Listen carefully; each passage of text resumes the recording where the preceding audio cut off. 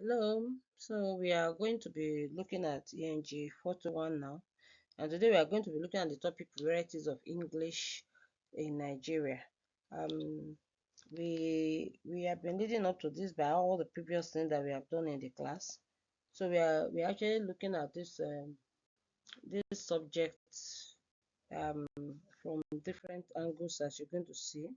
We're going to look at the standard Nigerian English. We also look at the non-standard Nigerian English.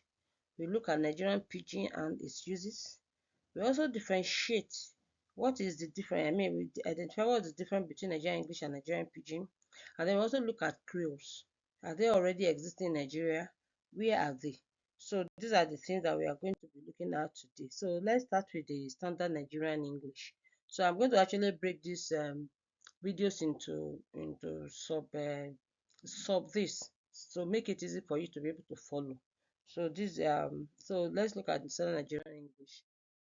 Now the notion of correctness is in standard Nigerian English. Now the notion of grammaticality of correctness is a basic feature of what is regarded as standard Nigerian English. Now the expectation is that when people are speaking standard Nigerian English, they tend to become hyper correct, and this hyper correctness at times gives a bit of a problem to many speakers and to the people that want to really follow the language. So this is basically one thing that is that's a feature.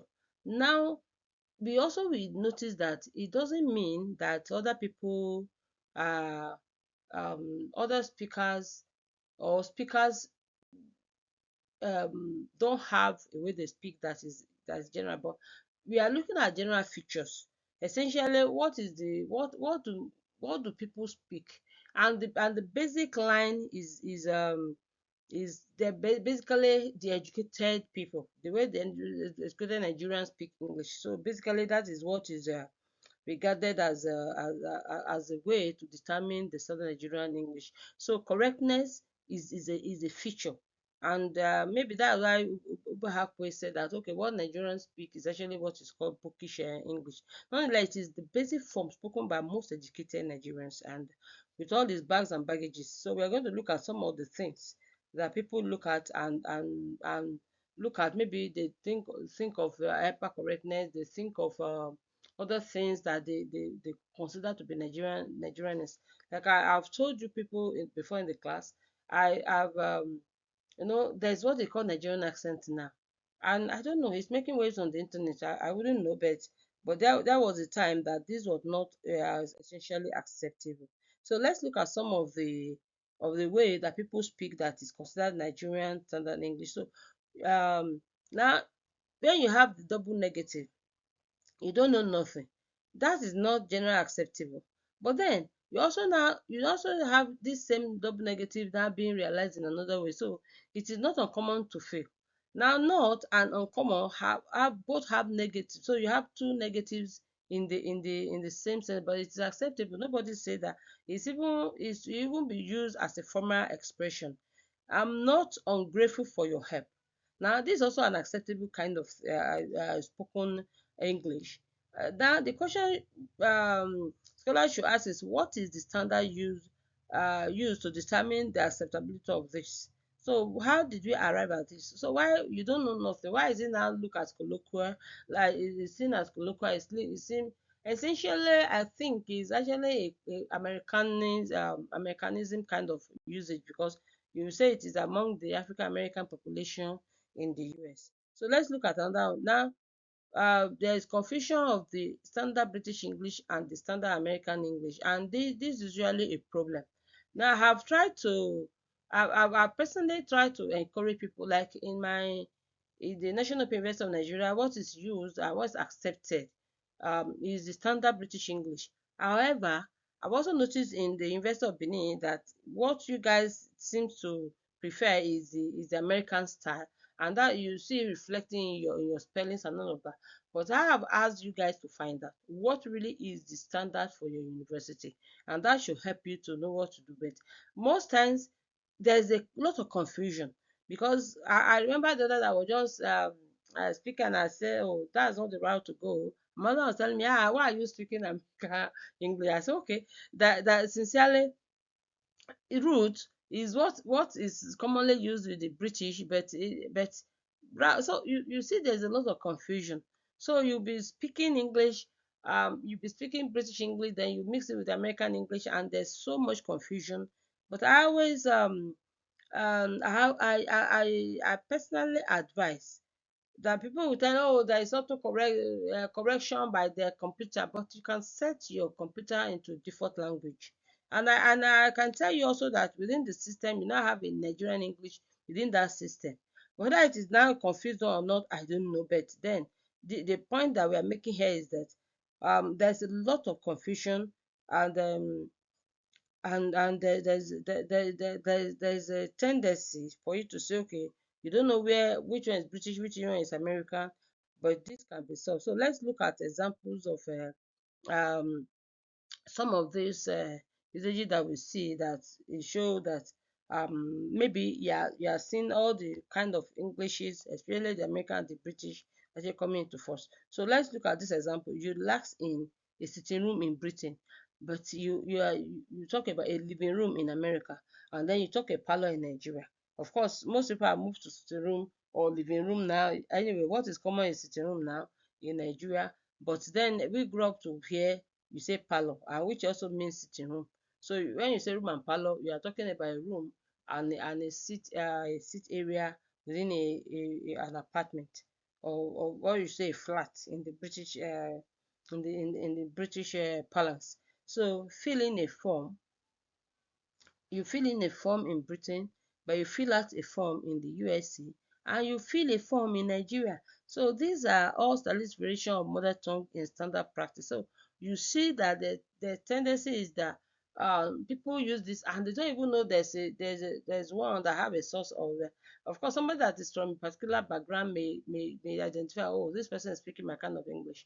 But with the Nigerian, okay, you can flow with the tide. So some necessary criteria for then you want to standardize the so some standard form you may wish to look at as a way a criteria for standardization in the standard Nigerian English. Now acceptability is a major factor, because most time when you speak this high and mighty RP, people will look at you as you are being as an affectation, as we have discussed under the classification by the different scholars. We look at different scholars and we look at and it is at the top of it, or the least used is the one that you call that the what the native speaker in Britain will likely call their own standard, and people will look at it that when you speak with that kind of accent, they look at it that you are be affectitious. Then you have codification. Of course, this also is an important part, because you must have a standard, and that standard cannot be except you try to put them in a format that everybody can say, okay, we can see what is being done. Then you also see that it's used by the educated elite. So they become the standard for many people to aspire to. Anyway, um, in a general, what is generally discernible by all around, or intelligible to all around. So intelligible to all users and beyond. Now, you cannot say you're speaking Nigerian English, then it can only be within the border of Nigeria. So it has to also be something that other people can actually follow, or listen to, or be able to decipher. So then it's not necessarily RP informed. So this is also an important thing that we need to know. So saying that it must be RP compliant may actually be counterproductive. So this is very, very important. Uh, Now let's look at what's the relationship between the received pronunciation by the British and the Standard Nigerian English. Now, some will think being able to speak the RP English should be the aspiration, but scholars have shown that this is an unrealistic expectation. You cannot expect somebody that grew up in Nigeria to be speaking with British accent. Yes, they may aspire, like many of our newscasters actually try to do, but then they also know where to draw the line, because people will just be laughing at you. They will just say you are trying to speak like Oyinbo.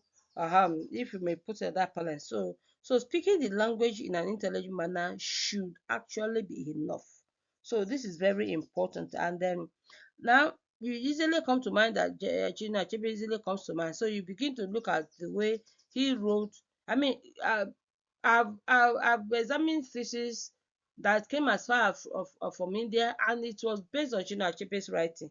So that means that nobody found this English actually faulty. It was not affectatious, but it was simple enough. And of course, most of us know that it was virtually like a transliteration, so that it has a very, very Nigerian character. And that was actually his target, and I think he achieved that very beautifully. So we are now look at what a kind of standard Nigerian English for Nigerians. So let's see. Attempts by scholars to classify the NE is a starting point. Of course, we have looked at this in the previous classes. Scholars have tried to classify Nigerian English. Nonetheless, the reality is that Nigerian will not take seriously anyone speaking English like a Briton, and I've mentioned that. So they may admire you for it, but they will not take you seriously on it. So to them, it is an affectation, and that is the basic fact about it. So you may try to speak like a Briton, but they will just say, "Oh, this person you are a Binto, or you are from abroad," and all of that. But people will be laughing at you, because when you really want to communicate, which is essence of language usage, it is to communicate. I mean, we have heard of jokes such that somebody say, "Oh, call the taxi and say I'm going to Bodija," and the guy say, "Okay, it is 10,000 naira," and that was how many years? Is that Bodija Mpe? So you know how to call Bodija before you are calling Bodija. These are the things people will just think, oh, so this person, you are just trying to pretend to be who you are not. So the commonly spoken English is that which is rated on many platforms as Nigerian accent, and I've mentioned that before. Nigerian accent, and this which is course across most most tribal usages and all, and you see now, even though you still have some colorations that are tribal, like we have discussed in the based on where somebody is, whether north or east or whatever, but you say that there's this Nigerian general thing that most educated people speak, and that was you also find most of the people that speak on our media platform actually also use. Many Nigerian can relate with this and understand it. They speak it, and they probably would be able to say, okay, yeah, this is how I speak, or this is how people around me speak. So giving it the scholarly attention it deserves as part of our national reality is what we need to work on now. So what part will you play in it as an aspiring English teacher? So you are, I mean, of course, you know this course is about you teaching English. So what part are you going to play? So that's the question that we are asking you to make it a reality. Uh, so what kind of other examples can you give that some Nigeria? So you can give it in the comments in this video. You can give it in the comments, and okay, some example you consider non-standard. So these are the things that you may want to look at, and then you'll be able to say, okay, this is examples of some Nigerian English that you have come across or you have spoken yourself, and then what also are the example that you consider are non-standard, and then you also tell us why you think they are non-standard. So see you in the next video. We are going to be looking at non-standard Nigerian English in the next video.